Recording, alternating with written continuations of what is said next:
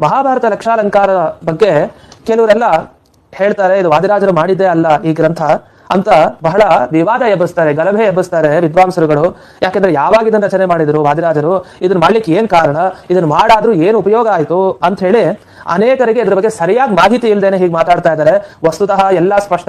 ಯಾಕೆ ಈ ಗ್ರಂಥ ಬರೆದ್ರು ವಾದಿರಾಜರು, ಎಲ್ಲಿ ಬರೆದ್ರು, ಯಾರ ಅಪ್ಪಣೆ ಆಯ್ತು, ಎಲ್ಲಾ ವಿಷಯ ಪ್ರತಿಯೊಂದು ಸ್ಪಷ್ಟ.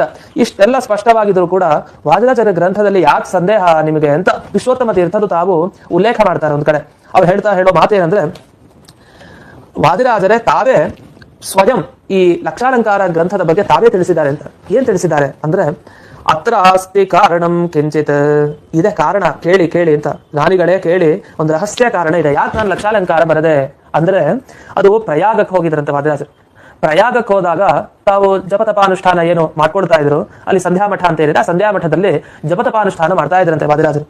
ಆಗ ಮಾಡ್ತಾ ಇದ್ದಾಗ ಅವರು ಪೂರ್ಣ ಮುಳುಗಿದ್ದಾಗ ದಿಢೀರಂತ ಭಗವಂತನಾದ ವೇದವ್ಯಾಸ ದೇವರು ಪ್ರತ್ಯಕ್ಷರಾಗಿ ಆಜ್ಞೆ ಮಾಡ್ತಾರೆ. ಏನಂತ, ಮಹಾಭಾರತದ ಲಕ್ಷ ಶ್ಲೋಕಗಳಿಗೆ ಅರ್ಥ ಏನಿದೆ, ಸೂಕ್ಷ್ಮ ಸೂಕ್ಷ್ಮ ಅರ್ಥಗಳು, ಅದನ್ನೆಲ್ಲ ವಿಸ್ತಾರವಾಗಿ ನೀನು ತಿಳಿಸು, ಆಗ ಲಕ್ಷಾಲಂಕಾರ ಸಮರ್ಪಣೆ ಆಗತ್ತೆ ನನಗೆ ಅಂತ ಅವರು ತಿಳಿಸ್ತಾರಂತೆ ವೇದವ್ಯಾಸರು.